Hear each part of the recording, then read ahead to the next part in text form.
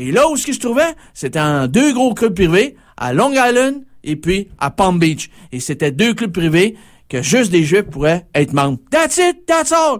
C'est plein de clubs privés pour des Blancs partout à grandeur des États-Unis, très élitistes et sélects, mais il y a aussi quelques clubs pour des Juifs parce que dans les années 40, 50 et 60, même jusqu'en 70, il n'y avait pas accès au club des riches Blancs. Il est exclu. Alors, eux autres, ils se sont dit, hey, fondons nos propres clubs de golf. Et voilà! Voyez-vous? Quand tu comprends l'histoire, tu connais un peu mieux ton passé, hein? Donc, pour comprendre le présent, il faut connaître le passé. C'est pas compliqué? Voilà, on poursuit. Mise au point est faite. Parfait? Bonne mise au point. C'est fait, c'est réglé. Le groupe Carlyle, le fonds d'investissement, va racheter Home Depot Supply avec le fonds spéculatif Bain Capital pour 10,3 milliards de dollars en juin 2007. Le groupe Carlyle, lui, va racheter Allison Transmission, qui est une filiale de General Motors, avec d'ailleurs Onex de M. Gerald Schwartz, ici le Canadien, pour 5,6 milliards de dollars le 28 juin 2007. Le groupe Carlyle va s'associer à Virgin Media en United Kingdom, au Royaume-Uni, de Richard Branson de Virgin, le groupe Virgin, le 2 juillet 2007. Et en septembre 2007, Mubadala Development Company, qui est un fonds souverain d'Abu Dhabi, en Arabie Saoudite, prend une participation de 7,5%, soit l'équivalent de 1,3 milliard de dollars dans le groupe Carlyle.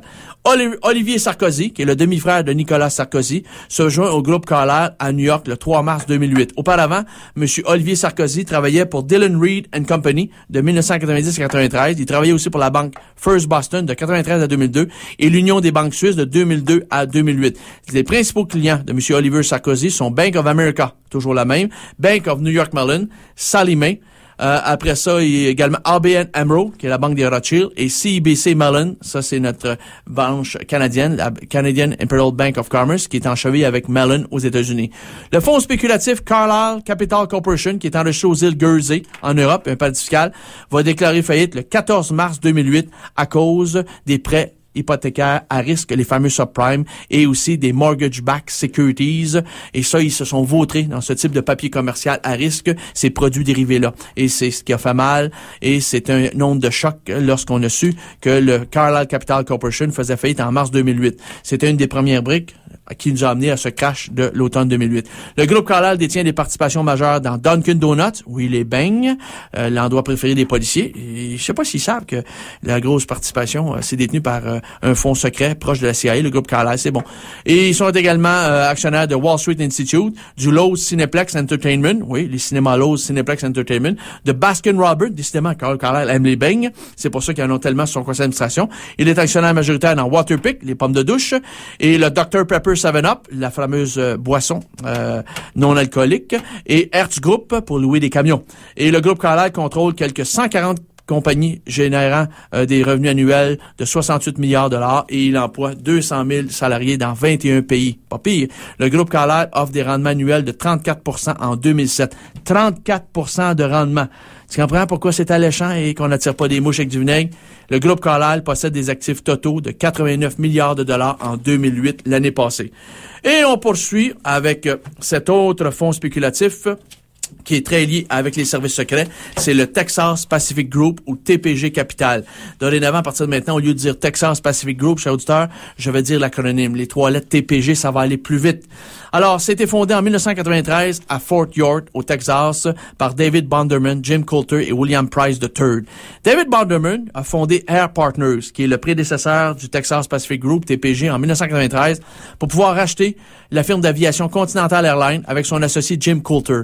Avec ce rachat d'entreprise, le retour sur investissement d'Air Partners se chiffre à 1000%. Toute une transaction qu'ils ont faite là. Dès 1983, David Bonderman dirigeait d'ailleurs Robert M. Bass Group. Ça, c'était renommé Keystone Incorporated après. Avec son associé, M. Jim Coulter, il dirigeait le Robert M. Bass Group. Le Robert M. Bass Group, c'est la société de portefeuille privé de l'homme d'affaires influent Robert Bass de Fort Worth. C'est pas n'importe qui, M. Robert Bass. Eh bien, Robert et ses 3 frères, qui s'appellent Ed, Lee et Sid, les 3, Ed, Lee et Sid, les frères Bass sont tous des Skull and Bones. Ils ont tous étudié à l'Université Yale. Ils sont membres en règle de la promotion annuelle des Skull and Bones. Ils dirigeaient conjointement le Bass Brother Enterprise. C'est ces quatre frères-là, à vrai dire. Robert, Ed, Lee et Sid.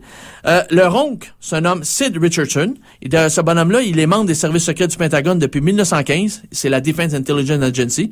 Et il était l'associé, monsieur Sid Richardson, l'associé texan du pétrolier Clint Murchison Sr. dès 1919 dans l'entité Richardson and Bass Oil Producers.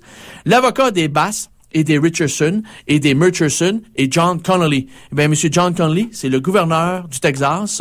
Et rappelez-vous qu'il était dans la voiture présidentielle lorsque monsieur John F. Kennedy a été assassiné le 22 novembre 1963 à Dallas, à l'angle des rues Houston et Helm.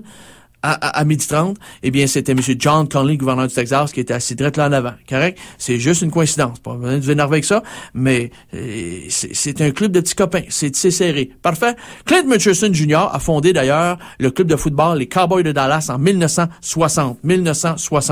Le conseiller financier des frères Bass est le Texan Richard Rainwater. Et M. Rainwater, d'ailleurs, va investir la fortune du clan Bass dans la firme Texaco et dans Disney World. Eh bien, M.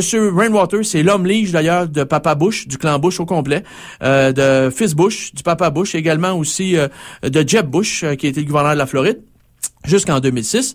Et il faisait partie de leur cénacle important au Texas. Rainwater, d'ailleurs, a participé à la création des Rangers du Texas avec Bush fils sur le conseil d'administration en 1989. C'est le club de baseball, ça, les Rangers du Texas. En 1987, M. Richard Rainwater fonde Columbia Hospital, qui fusionnera avec Hospital Corporation of America, la fameuse HCA. Hospital Corporation of America. Ça, c'était fusionné en 94. Mais HCA était fondé, lui, en 1968 par Thomas Frist et le sénateur Bill Frist. Et M. Bill Frist, ben, c'est un membre en règle de la Fellowship House, un des plus puissants think tanks de la droite religieuse aux États-Unis depuis les années 1934. Il faut le faire. Donc, le Hospital Corporation of America, ça, c'est une des grosses entités au niveau des services hospitaliers pour les personnes âgées. C'est très, très, très, très influent. Après ça, une autre compagnie appartenant à M. Robert Bass s'appelle Aerion Corporation. Cette compagnie fabrique des jets privés supersoniques grâce à des contrats gouvernementaux avec le fameux Defense Advanced Research Project Agency, le fameux DARPA du Pentagone. Et on fait ça avec le DARPA depuis 2004.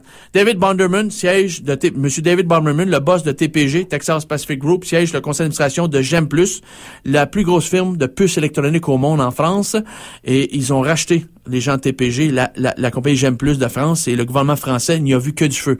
Ben, c'est normal, GEM+ avait des grosses oreilles, des services secrets partout. Il était au courant de tout ce qui se tramait là, donc ils ont mis la main dessus.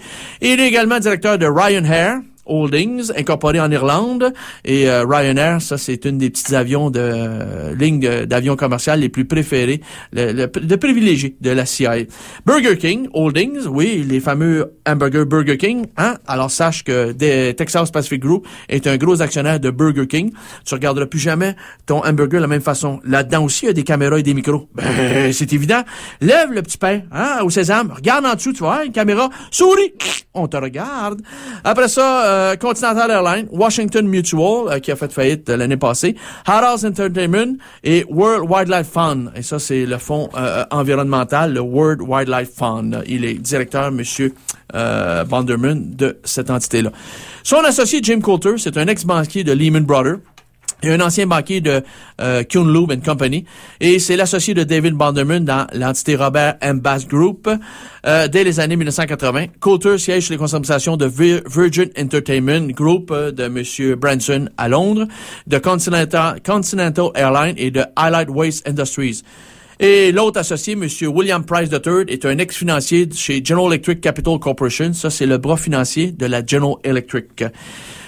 Les directeurs de Texas Pacific Group sont Bernard Attali, directeur d'Air France, Léonard Schaeffer, directeur de WellPoint Health Networks, Jeffrey Lye, directeur de Bain Capital, un autre fonds d'investissement lié avec les services secrets de la CIA, M. Jeffrey Fink, directeur de Goldman Sachs, l'ancienne banque d'affaires de Wall Street qui a changé son statut lors de la débandade de l'automne 2008 passé.